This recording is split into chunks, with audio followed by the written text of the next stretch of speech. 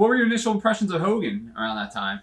Well, Hogan and I go way back. I knew Hogan before he ever, he used to play in a rock and roll band in Tampa called Ruckus. And I was a bouncer at a lot of clubs in Tampa. And when he was playing in these clubs, I was usually the bouncer. Oh, wow. I knew him before he was ever in the business.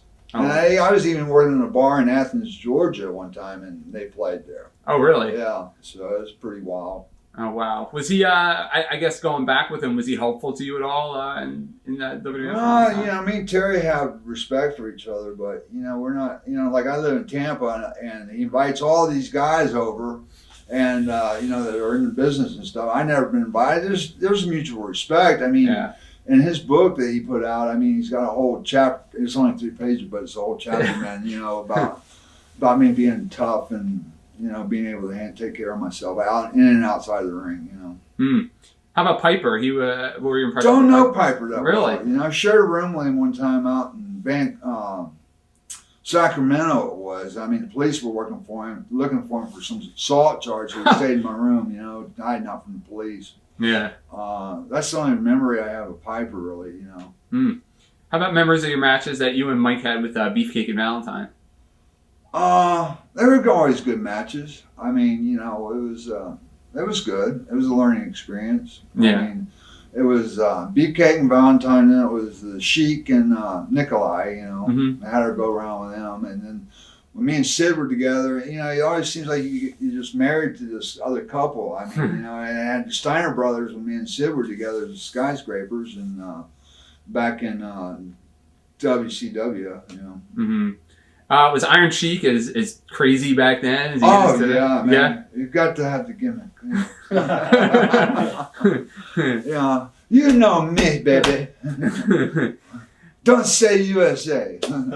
Holding you with one arm in a bear hug. Please put both arms around me, man. I'm 300 pounds, 6'6", and you hold me with one arm, don't say USA. Please, Drive me nuts. When Mike Rotundo left, what were they tell you they were going to do with you? Were they going to find you another partner, or were they going to just push you singles? Or? Man, I was just left dangling out there in the wind, So I got tired of it, and I went, I always had a home in Japan, and I kind of took advantage of that. I wished to work for Giant Baba, All Japan Pro Wrestling. And, I made good money over there, and they treated me real good, and they did more logical stuff. They wouldn't ask me to go out there and work with some guy who was 5'8", and bounce around like a pinball ball, It's just more logical. They had no women involved, no managers, no animals, You went out there and you worked, and you got moved around for your ability, not the bullshit politician bullshit and all the other goofy shit. Was it a crazy party scene in the WWF around that time? Oh, we had a good time. We had a real good time. But every territory was the same way. The guys, we worked hard and played hard. Yeah. Were you? What were your memories of the football players battle royal at WrestleMania?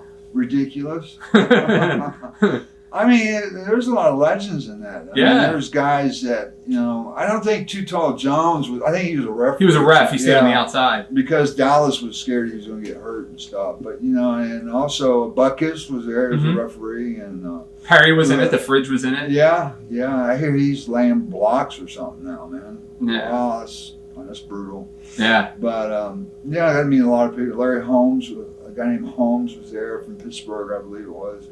It was Russ Francis. Yeah, he was cool. Yeah. Did any of because sometimes the football players they don't really know the deal. Did any of them try and get carried away with? Not really. No. They knew they were out of their territory. They were very respectful. They respected us for what we did. They were getting a good payday too, I'm sure. What do you remember about Bruno? Bruno was in the Battle Royal, and Bruno worked a little bit at the time. Sammartino. Bruno, I really don't know too much to say about Bruno.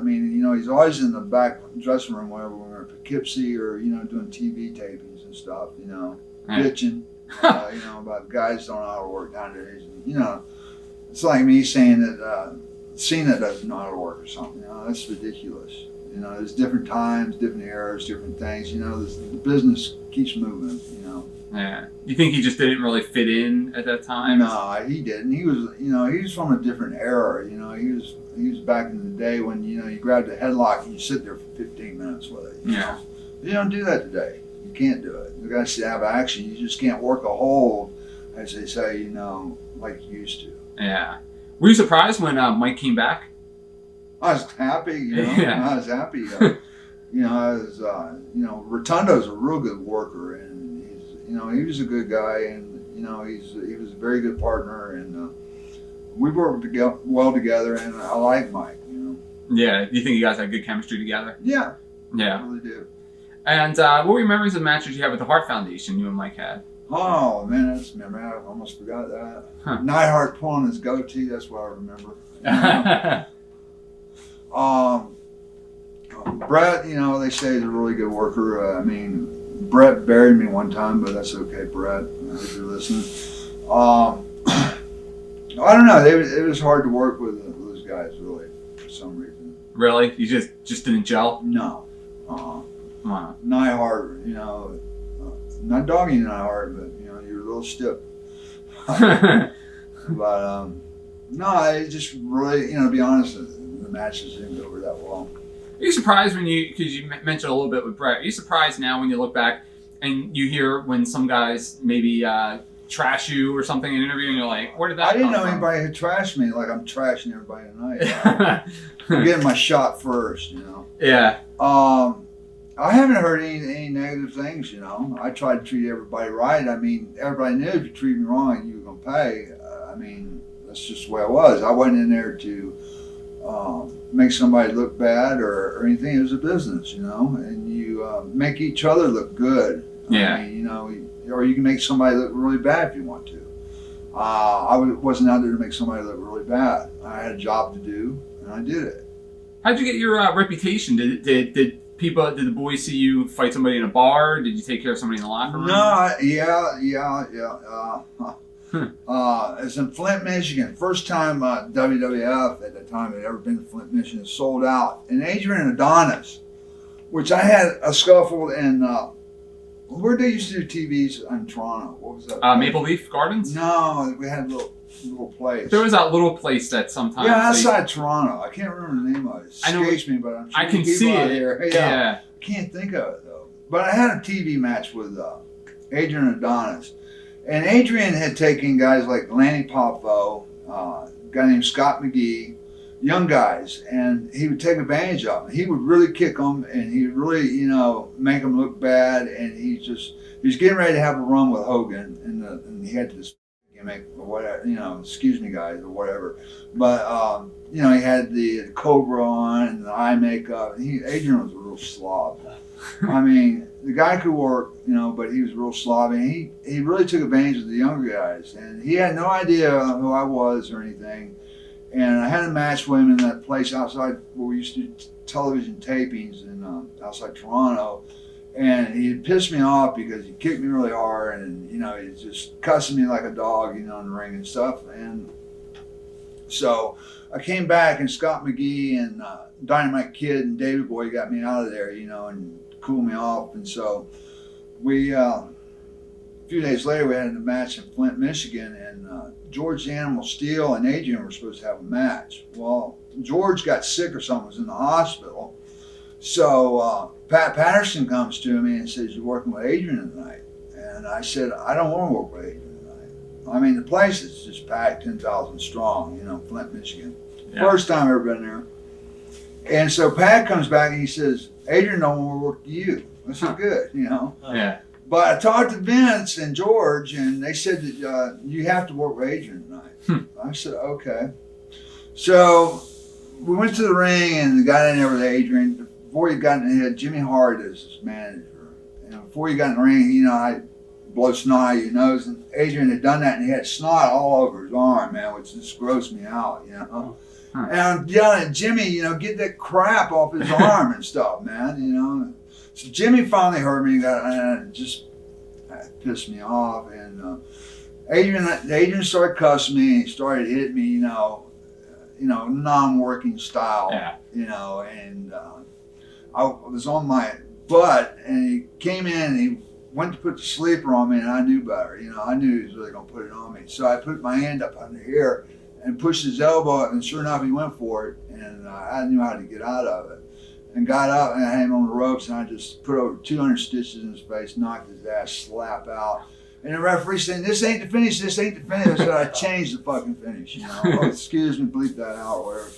But I changed the finish on him, and he wasn't able to have his run with Hogan. I mean, John Studd and King Kong Bundy got those spots, and they came on and gave me 10% of what they made. No, they really didn't. But they thanked me, you know, for the payday. But Adrian, you know, he was a goof, you know, and he was a bully. And everybody was scared of him, even, you know, the top guys. I'm not going to mention names, but we had some, you know, big-sized guys up there, and everybody was scared of him. I mean, he wasn't that good, you know, he wasn't that tough. I mean, he was just all talk and took advantage of people. He was a bully. Yeah, yeah. Did you get any heat from the agents for that?